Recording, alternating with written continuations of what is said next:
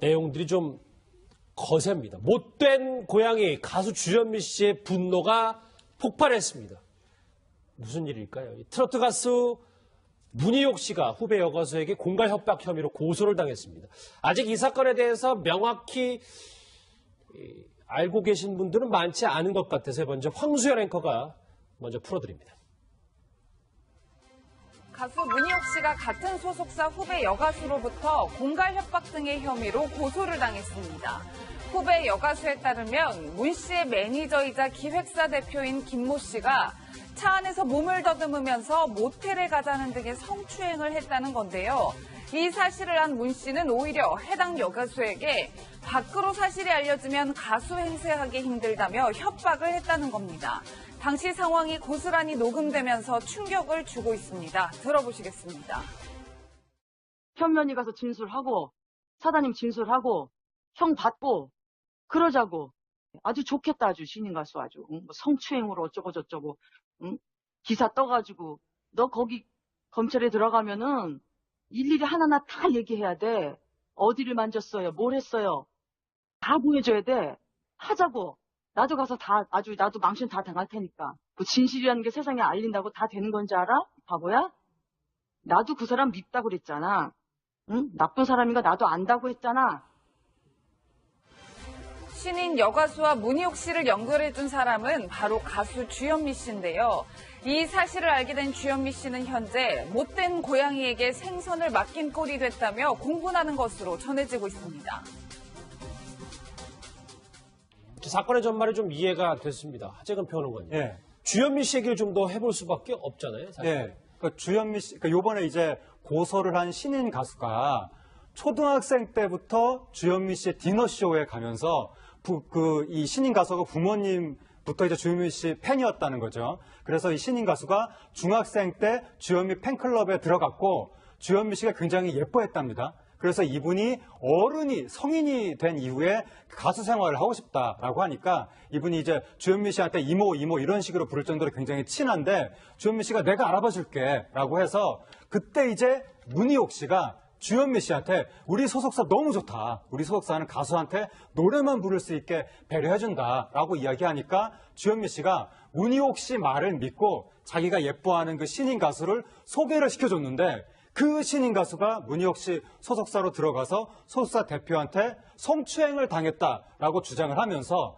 심지어 문희옥 씨가 내 입막음을 하려고 협박을 했다. 이렇게 또 주장하고 나선 겁니다. 예. 최 변호사님, 지금 사건이 이제 협박에 사기에 성추행까지 형사사건으로 넘어갔는데 문희옥 씨가 어떤 입장을 내놓아야 될 것 같아요. 저렇게 정확한 물증이 있으니까요. 그렇습니다. 아직까지는 문희옥 씨나 그 소속사 측에서는 한마디로 묵묵부답.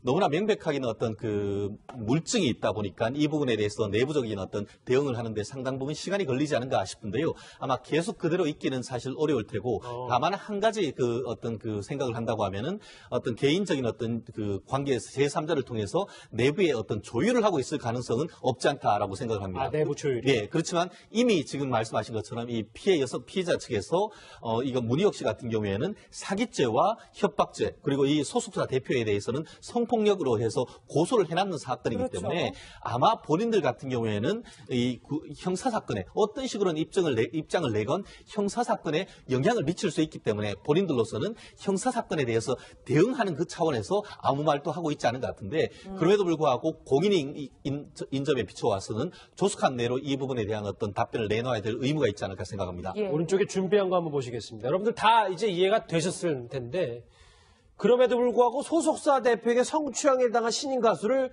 문희옥 씨가 협박한 이 부분에서 상식적으로 생각해도 저 녹취까지 다 들어봤지만 왜 소속사 대표의 잘못을 이렇게 급격하게 감싸려고 했다. 그 진짜 속내는 뭐라고 보십니까? 그거를 지금 문희옥 씨가 아무 말도 안 하니까. 근데 저 이야기만 들어보면 저 말을 들은 사람 입장에서는 협박으로 느낄 수 있었을 것 같은데 들은 사람 입장에서는 예. 한 사람이 무슨 생각으로 저 얘기를 했는지, 그러니까 문희옥 씨 그 매니저 측에서는 그냥 그 뭐 조카 같고 좀 아끼는 마음에 후배를 타이른 것이다 이렇게 이야기를 하는데, 그러니까 문희옥 씨 입장에서 좋게 생각을 해보면 아, 저분이 산전수전 다 겪으면서 연예계 생활을 해보니까 여자 연예인 입장에서 성추문으로 뉴스 나오는 게 좋을 게 하나도 없다. 좀 덮어두고 가자. 그러니까 너의 미래를 생각해서 조금 덮는 게 좋을 것이다.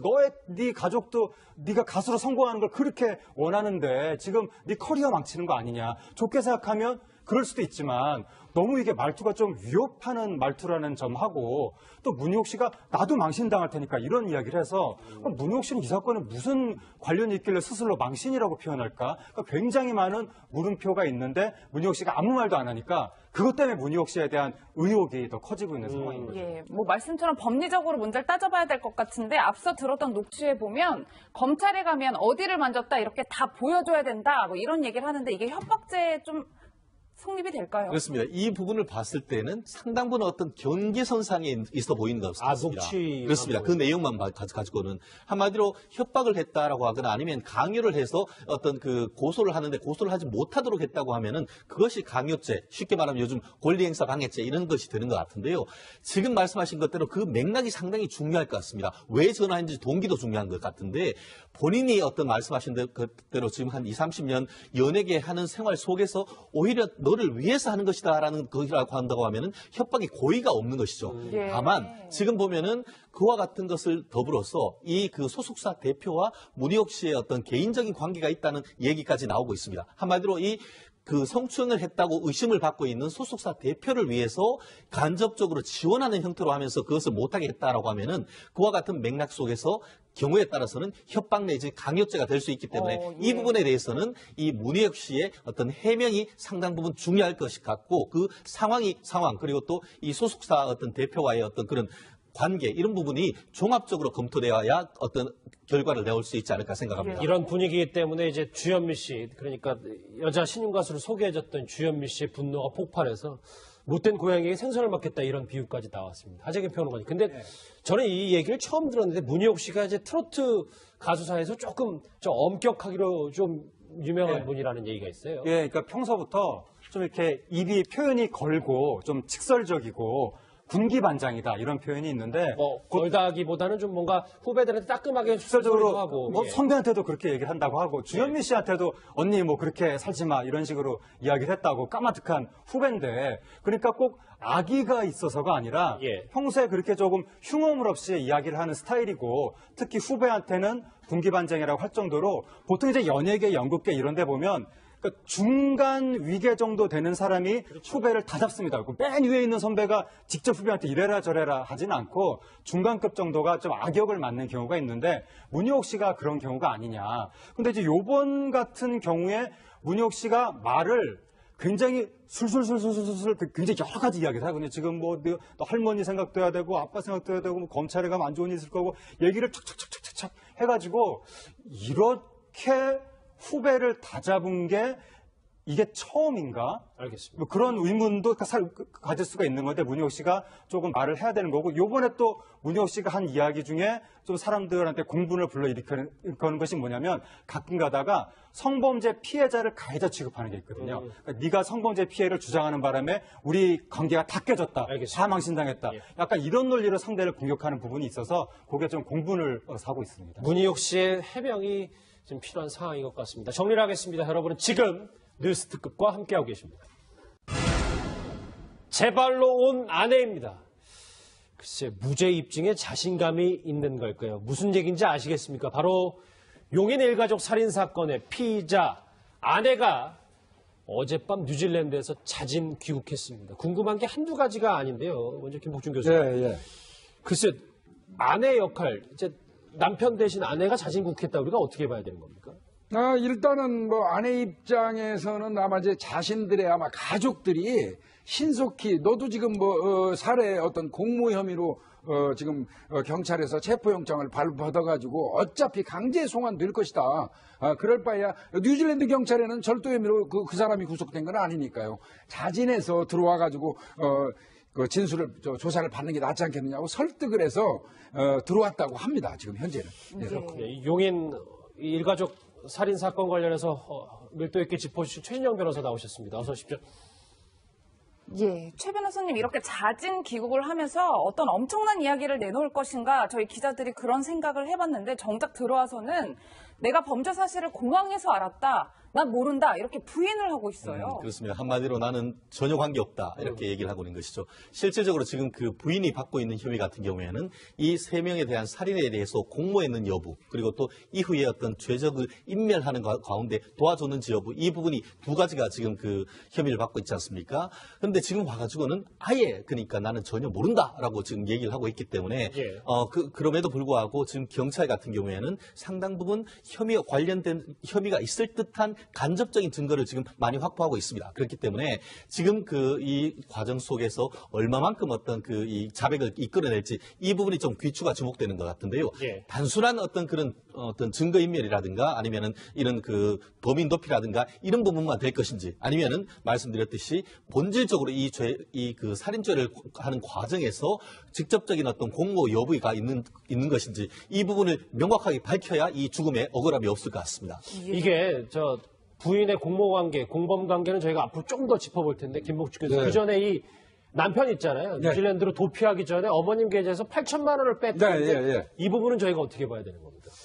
그러니까 역시 어떤 경제적인 그 의도에서 이 자신의 그 일가족 3명을 살해했다는 거는 이제 뭐 여실히 드러나는 걸로 보여지고요.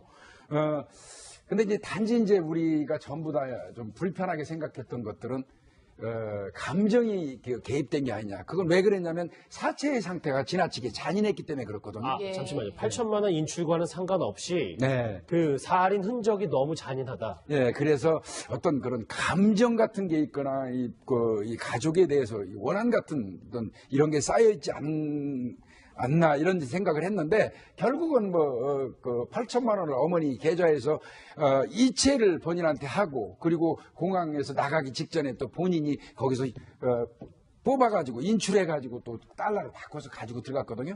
그래서 궁극적으로는 뭐 감정도 개입된 것 같고요. 경제적인 측면 또 그것도 작용한 것 같고 그렇습니다. 예, 뭐 최 변호사님 말씀처럼 일단 부인은 공모관계가 있는 것 같아서 이제 조사를 하고 있는 상황이긴 한데 경찰은 다른 공범은 없을 거다라고 기자들한테 이야기는 하긴 했지만 저희가 다른 공범의 가능성을 어떻게 봐야 될까요? 현재로서는 현실적으로 이제 그 기존의 이 그 주범이 다른 사람과 만나는 내역이라든가 아니면은 그 통신 내역이나 이런 부분을 봤을 때에 그걸 통해서 이제 그 다른 공범이 있을지를 주로 확인을 하는데 현재로서는 이와 같이 이제 그 다른 사람이 있을 가능성은 현저히 낮게 봅니다. 그리고 아까 지금 말씀하신 것대로 살인죄 같은 경우에는 전형적인 동기 범죄이기 때문에 그 동기를 밝힐 경우에는 어떤 예를 들어서 경제적인 측면이 있었고 다른데 어떤 채권 채무 관계가 있었다라고 한다고 하면은 외부의 어떤 그런 다른 사람이 개입할 여지가 있겠지만 예. 김 박사님 말씀처럼 경제적 동기와 더불어서 이 그 엄마에 대해 얼굴에 잔인하게 어떤 그 흔적을 남긴 것을 봤을 때는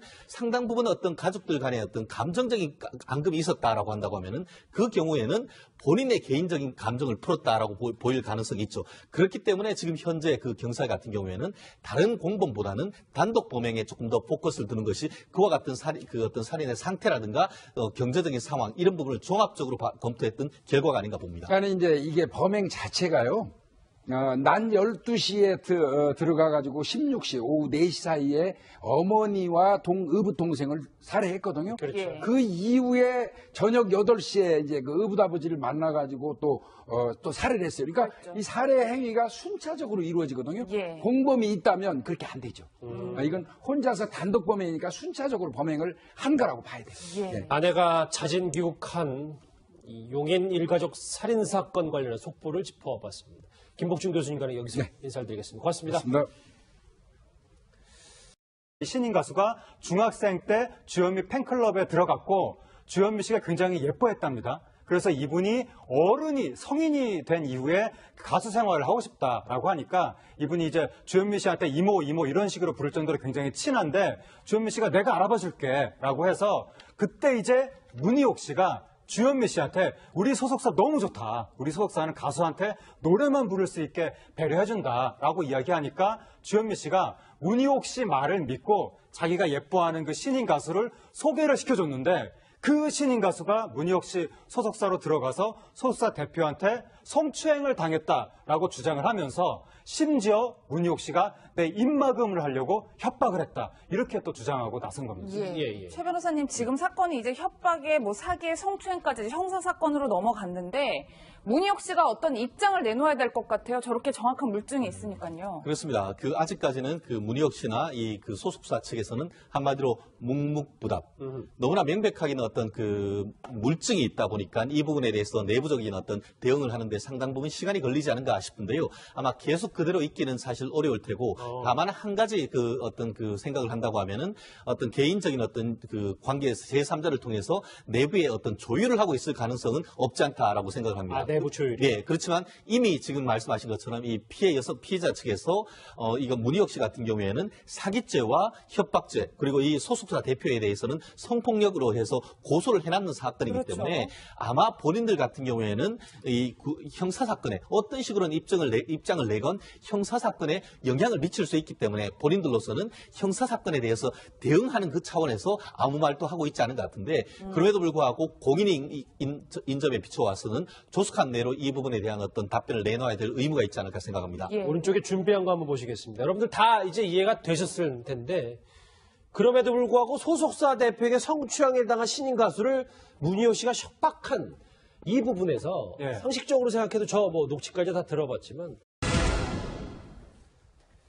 내용들이 좀 거셉니다. 못된 고양이 가수 주현미 씨의 분노가 폭발했습니다. 무슨 일일까요? 트로트 가수 문희옥 씨가 후배 여가수에게 공갈 협박 혐의로 고소를 당했습니다. 아직 이 사건에 대해서 명확히 알고 계신 분들은 많지 않은 것 같아서 먼저 황수연 앵커가 먼저 풀어드립니다. 가수 문희옥 씨가 같은 소속사 후배 여가수로부터 공갈 협박 등의 혐의로 고소를 당했습니다. 후배 여가수에 따르면 문 씨의 매니저이자 기획사 대표인 김모 씨가 차 안에서 몸을 더듬으면서 모텔에 가자는 등의 성추행을 했다는 건데요. 이 사실을 안 문 씨는 오히려 해당 여가수에게 밖으로 사실이 알려지면 가수 행세하기 힘들다며 협박을 했다는 겁니다. 당시 상황이 고스란히 녹음되면서 충격을 주고 있습니다. 들어보시겠습니다. 현면이 가서 진술하고 사장님 진술하고 형 받고 그러자고. 아주 좋겠다. 아주 신인 가수 아주. 뭐 성추행으로 어쩌고 저쩌고. 기사 떠가지고 너 거기 검찰에 들어가면은 일일이 하나하나 다 얘기해야 돼. 어디를 만졌어요. 뭘 했어요. 다 보여줘야 돼. 하자고. 나도 가서 나도 망신 다 당할 테니까. 그 진실이라는 게 세상에 알린다고 다 되는 건지 알아? 바보야? 나도 그 사람 밉다고 그랬잖아. 응? 나쁜 사람인가 나도 안다고 했잖아. 신인 여가수와 문희옥 씨를 연결해준 사람은 바로 가수 주현미 씨인데요. 이 사실을 알게 된 주현미 씨는 현재 못된 고양이에게 생선을 맡긴 꼴이 됐다며 공분하는 것으로 전해지고 있습니다. 사건의 전말이 좀 이해가 됐습니다. 하재근 평론가님. 예. 주현미 씨 얘기를 좀 더 해볼 수밖에 없잖아요. 사실. 예. 그러니까 주현미 씨, 요번에 이제 고소를 한 신인 가수가 초등학생 때부터 주현미 씨의 디너쇼에 가면서 이 신인 가수가 부모님부터 이제 주현미 씨 팬이었다는 거죠. 그래서 왜 소속사 대표의 잘못을 이렇게 급격하게 감싸려고 했다. 예. 그 진짜 속내는 뭐라고 보십니까? 그거를 지금 문희옥 씨가 아무 말도 안 하니까.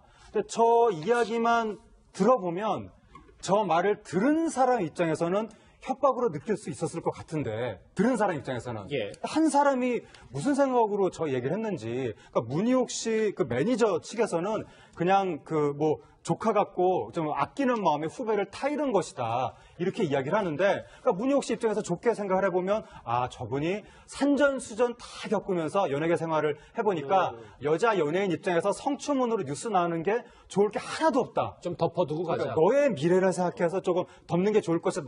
네 가족도 네가 가수로 성공하는 걸 그렇게 원하는데 지금 네 커리어 망치는 거 아니냐. 좋게 생각하면 그럴 수도 있지만 너무 이게 말투가 좀 위협하는 말투라는 점하고, 또 문희옥 씨가 나도 망신당할 테니까 이런 이야기를 해서, 그럼 문희옥 씨는 이 사건에 무슨 관련이 있길래 스스로 망신이라고 표현할까? 그러니까 굉장히 많은